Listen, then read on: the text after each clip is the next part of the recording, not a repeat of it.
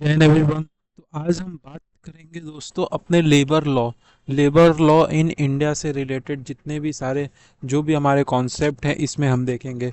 तो labour laws जो कि हम इसमें हम बात करेंगे मेनली जो यूजीसी नेट सोशियोलॉजी से जो हमारा रिलेवेंट होगा वो सारी चीज़ें हम देखेंगे इसमें, जो कि लेबर लॉ के जो भी हमारे एक्ट आते हैं, जो भी हमारे क्रोनोलॉजिकल एक्ट हमारे क्वेश्चन में आते हैं, वो सारी चीज़ों के बारे में आज हम बात करेंगे। जितने भी हमारे लेबर्स लॉ आए हैं, जितने भी उससे रिलेटेड हमारे जो सोशल बेजेस हैं, हमारे जो बेनिफिट फॉर वोमेन है, जो हमारे इसमें हम सारे एस्पेक्ट देखेंगे। तो स्टार्ट करते हैं दोस्तों। आप काफ़ी आपको इम्पोर्टेंट अच्छा लगेगा इस चार्ट को। ये कहीं ना कहीं हर पेपर में, सोशियोलॉजी के पेपर में जरूर ना जरूर एक क्वेश्चन होता है क्या, ये क्रोनोलॉजी कब हमारा कौन सा एक्ट कब आया था, ये सारा चीज़ इसी के एस्पेक्ट में हम बात करेंगे। तो बात करते हैं लेबर लॉ। जैसे कि हमको पता है लेबर लॉ किसे कहते हैं, लेबर लॉ या जो एम्प्लॉयमेंट लॉ दोनों हमारा एक ही होता है। तो इसमें हमारा क्या होता है कि कोई भी एक हमारा क्या है, भी कोई भी हमारा लॉ या रूल या रेगुलेशन, ऐसा हमारा कोई भी बॉडी हो जो जिसके अंदर लॉ रूल रेगुलेशन हो, जो हमारे कहीं ना कहीं हमारे एम्प्लॉयर और जो हमारे एम्प्लॉयर और जो हमारे एम्प्लॉई होते हैं उनके बीच में और गवर्नमेंट के बीच में क्या आपस रिलेशन है दोस्तों, क्या आपस हमारा जो रिलेशन है वो कैसा होना चाहिए, किस टाइप का रेगुलेशन होना चाहिए, वो सारा चीज़ हमारा डिसाइड होता है लेबर लॉ के अंदर। लेबर लॉ के अंदर हम वेजेस के बारे में बात करते हैं, वर्किंग कंडीशन के बारे में बात करते हैं, इंडस्ट्रियल रिलेशन के बारे में बात करते हैं, सिक्योरिटी सोशल जो सिक्योरिटी उसके बारे में बात करते हैं, जो हमारे डिस्प्यूट रेजोल्यूशन है, अगर कोई लड़ाई झगड़ा हो गया उसको डिस्प्यूट को रिजॉल्व करने के लिए जो हमारा एक कोई कानून है, कोई बॉडी है, उसे हम बोलते हैं लेबर लॉ। तो पहले इसके हिस्टोरिकल बैकग्राउंड के बारे में हम थोड़ा जान लेते हैं कि आखिर में इसका कैसे डेवलप हुआ। दोस्तों ब्रिटिश पीरियड टाइम में ही हमारा क्या बना था, एक फैक्ट्री एक्ट ना 1881 में ब्रिटिश के टाइम में हमारा था। उसी को हम लेते हुए क्या किए, अपने लेबर लॉ को डिफाइन किए, जिसमें हमारे हम पोस्ट इंडिपेंडेंस में हमारे फोकस भी किया गया था किसके बारे में, वेलफेयर और जो वर्कर के प्रोटेक्शन के द्वारा भी हमारा क्या किया गया था, पोस्ट इंडिपेंडेंस पर हमारा फोकस किया गया था। इसीलिए हम कहीं ना कहीं एक लेबर लॉ की ज़रूरत हम समझते हैं दोस्तों। आपको पता है कि लेबर जो अभी हमारा जो सत्यमूर्ति जी स्टेटमेंट दिए थे कि दिन भर में आदमियों को कम से कम 12 घंटे काम करने चाहिए, तो ये जो हमारे जो भी रूल रेगुलेशन है इसे कैसे कंट्रोल करेगा, तो उसी के लिए हमारा लेबर लॉ आया है। तो ये काफ़ी इन्फ्लुएंस था जो हमारा लेबर लॉ था, इंटरनेशनल लेबर ऑर्गेनाइजेशन के द्वारा हमारा काफ़ी इन्फ्लुएंस था दोस्तों। उसके बाद जो हमारा इंपॉर्टेंट क्वेश्चन पूछता है, सोशियोलॉजी में पूछता है दोस्तों, हमारे यूजीसी नेट के पेपर में पूछता है, सेट के पेपर में पूछता है, वो कॉन्स्टिट्यूशनल प्रोविजन, कौन कौन से संविधान है, कौन कौन से आर्टिकल हैं जो हमारे लेबर लॉ से रिलेटेड है, वो आपको पते होने चाहिए। वैसे भी जनरल स्टूडेंट सोशियोलॉजी के लिए ये काफ़ी इंपॉर्टेंट सारे आर्टिकल हैं जो कि लेबर लॉ से रिलेटेड है। आप इसे जरूर याद करिए। पहला क्या है, 14 से लेकर 16 तक बात करता है दोस्तों अनुच्छेद जो आर्टिकल है, right to equality and protection from discrimination, की समानता का अधिकार हो, भेदभाव ना हो, भेदभाव को हम रोकें, उसको प्रोटेक्ट करें। तो ये हमारा आर्टिकल 14 से 60 के बारे में बात करता है। वहीं अगर बात करें दोस्तों एसोसिएशन का, जो हमको पता है कि लेबर लॉ में हमारा एक ट्रेड यूनियन एसोसिएशन होता है, उसका भी एक फॉर्मेशन करने का कहीं ना कहीं हमारे कॉन्स्टिट्यूशनल प्रोविजन है, संवैधानिक प्रोविजन है। वो किस आर्टिकल के अंदर आता है, ये जरूर article 19 1 sub clause 1 sub clause C, clause 1 sub clause C, इसमें हमारा दोस्तों आता है। ये आप मत भूलिएगा प्लीज दोस्तों, ये इंपॉर्टेंट है, काफी इंपॉर्टेंट है कि पूछ देगा कि ट्रेड यूनियन एसोसिएशन के लिए कौन सा आर्टिकल है, तो आर्टिकल 19 1 का सी दोस्तों। फिर उसके बाद बात करते हैं आर्टिकल 21 जो राइट टू लाइफ है, कि हमारा जो वर्किंग आवर होना चाहिए, जो हमारा कंडीशन होना चाहिए, किस टाइप का वर्क हम परफॉर्म करें, मैनुअल जो हमारा स्केवेंजिंग आप सुने होंगे, जो कि नाला वाला साहब इसको गवर्नमेंट रोकती है। तो राइट टू लाइफ सबका अधिकार है, ये हमारे फंडामेंटल राइट के अंदर आता है, ये जितने हमारे फंडामेंटल राइट के अंदर है।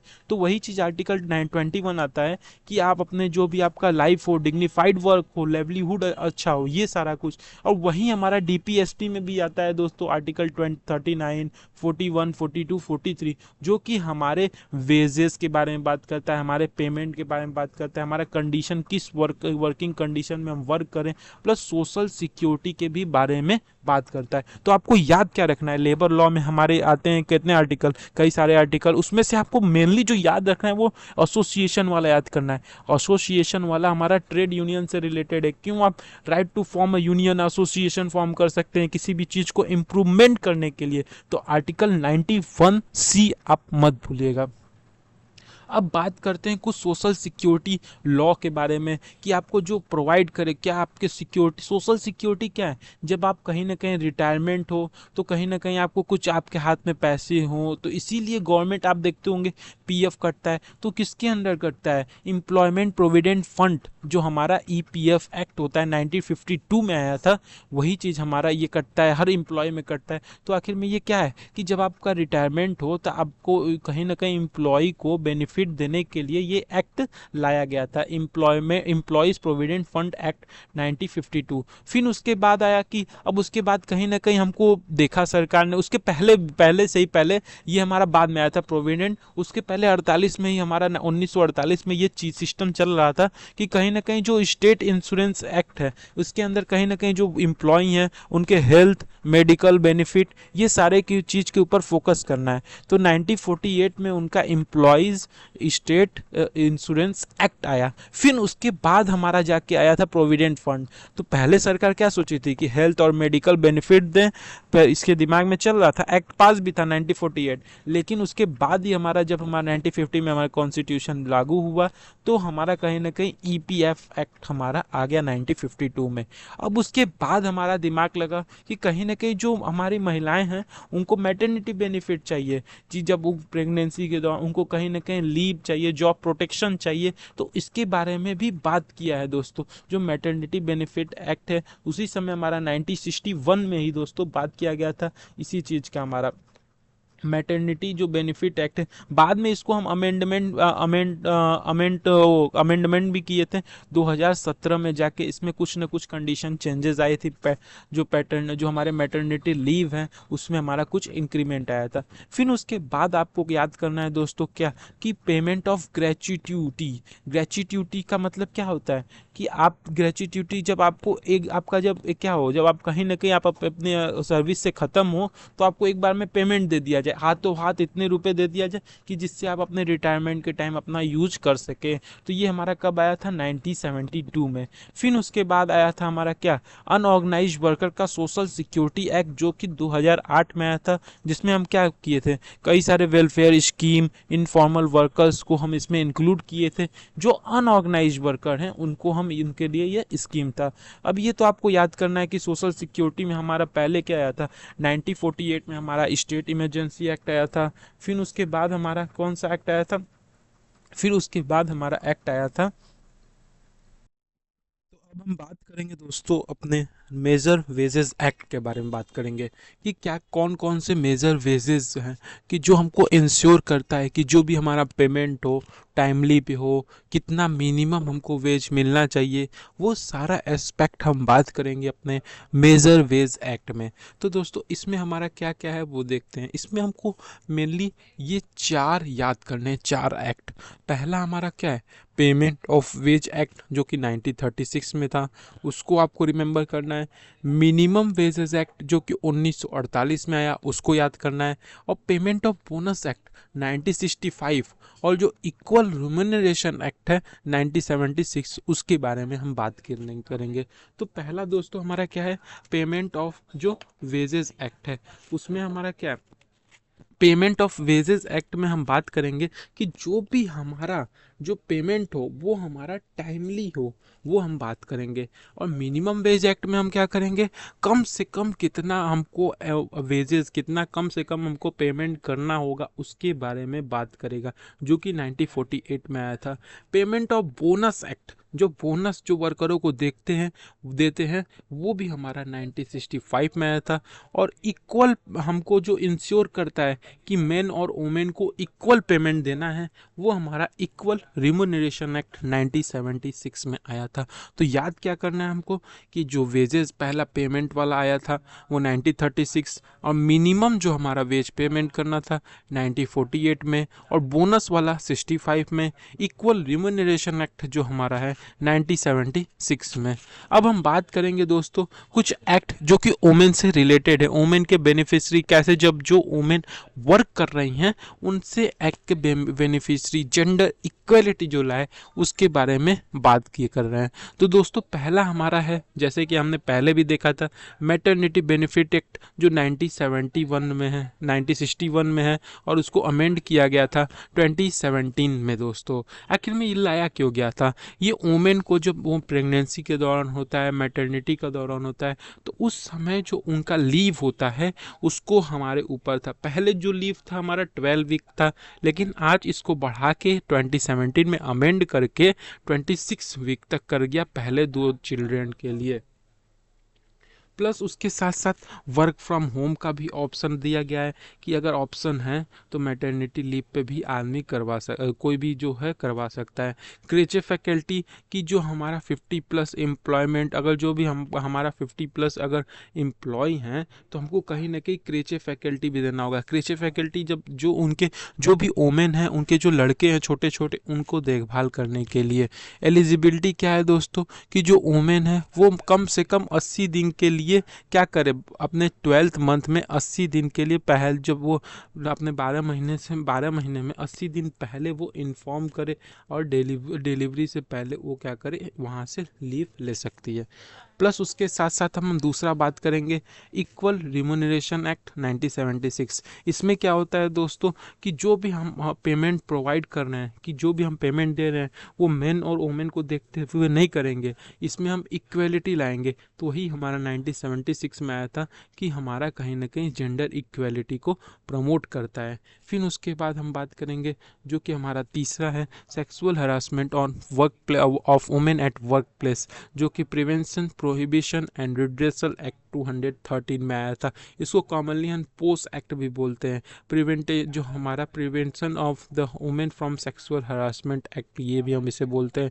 इसमें क्या है दोस्तों, कोई भी वर्क प्लेस पे, कोई भी एनजीओ, कोई भी प्राइवेट या पब्लिक प्लेस पे ये सारा कुछ अप्लाई होगा। अगर कोई भी हैरेसमेंट होता है वुमेन के साथ तो इसके अंदर आप कंप्लेन कर सकते हो, और 90 दिन के अंदर हम इसको क्या करेंगे, इन्वेस्टिगेट करेंगे दोस्तों। तो एक्ट याद रखिएगा 2013 में। और डॉरी प्रोहिबिशन एक्ट जो 1961 में आया था, इसमें जो भी कोई भी आया, जो भी हमारा डाउरी अगर कोई ले रहा है, डिमांड कर रहा है, उसके अंदर हमारा आया था। अब protection of women from domestic violence act 2005 में आया था दोस्तों। अगर कोई भी वुमेन अपने डोमेस्टिक, अपने घर पे physically, emotionally, sexually, verbally, economically अगर अब्यूज होती है तो ये हमारा 2005 के PWD एक्ट के अंदर हमारा ये आएगा दोस्तों। तो वोमेन का अपना राइट है, उसको शेयर करे हाउस होल्ड को वो, प्लस उसके साथ साथ protection, residence order, custody, compensation, सारा कुछ इसके अंदर इंक्लूड है। फिर बात करेंगे हमारा हिंदू सक्सेशन अमेंडमेंट एक्ट 2000 जो प्रोवाइड करता है कि कोई भी जो डॉटर, जो किसी पुत्र, जैसे कोई भी एंसेस्ट्रल जो भी प्रॉपर्टी है उसमें सन का और डॉटर का इक्वल रोल, इक्वल राइट है दोस्तों। वो भले ही कोई हिंदू हो, सिख हो, बुद्धिस्ट हो, जैन हो, ये सारे चीज़ में अप्लाई होगा। याद रखिएगा, मुसलमान नहीं। प्लस उसके साथ साथ हम बात करेंगे prohibition of child marriage act 2006। ये आपको पता है कि चाइल्ड मैरिज जो हमारा है उसको प्रोहिबिट करने के लिए 2006 में हमारा एक्ट आया था। पहले 18 साल था, और सॉरी अब कम से कम 18 साल गर्ल्स के लिए, 21 फॉर बॉयज़ के लिए है दोस्तों। अब उसके बाद हम बात करेंगे एक जो कि एडिशनल जो इन्फॉर्मेशन है, जो हमारा एक्ट है किससे रिलेटेड, जो दोस्तों जो हमारा बेनिफिट करता है वुमेन के लिए।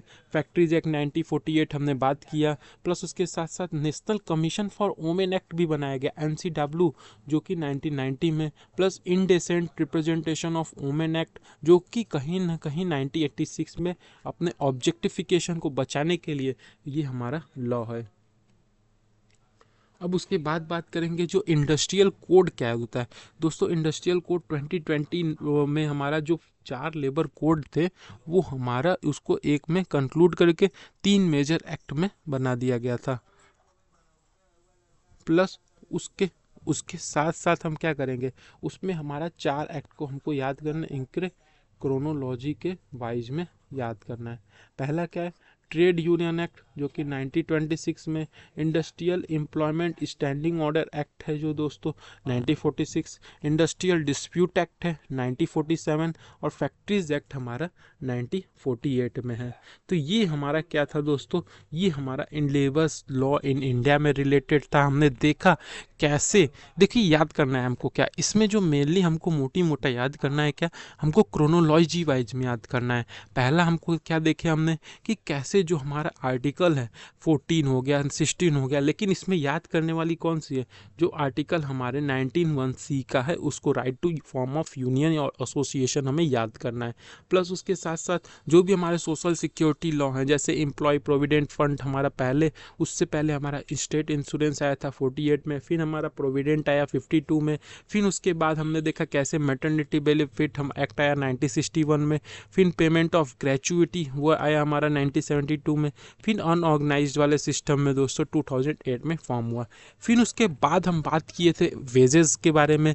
पहला हमारा जो पेमेंट ऑफ वेजेस एक्ट था 1936 प्री इंडिपेंडेंस में आया था। फिर उसके बाद हमारा आया 48 में मिनिमम वेजेस एक्ट, फिर पेमेंट ऑफ बोनस एक्ट आया 65 में, इक्वल रिम्यूनरेशन एक्ट 1976 में आया जो कि जेंडर इक्वालिटी के बारे में बात करता है। तो ये कुछ एक्ट है आपको याद करने हैं। फिर उसके बाद लास्ट वाला इंपॉर्टेंट था कि ट्रेड यूनियन हमारा 1926 में इस्टेब्लिश हुआ, इंडस्ट्रियल डिस्प्यूट एक्ट हमारा 1947 में आया, फैक्ट्रीज एक्ट हमारा 1948 में आया, plus industrial employment standing order act हमारा 1946 में आया। तो ये आपको याद रखने की काफ़ी ज़रूरत है। होप आपको वीडियो अच्छा लगा होगा। इसमें से ज़रूर है किसी भी सोशियोलॉजी पेपर में एक क्वेश्चन जरूर बनता है। थैंक यू, जय हिंद।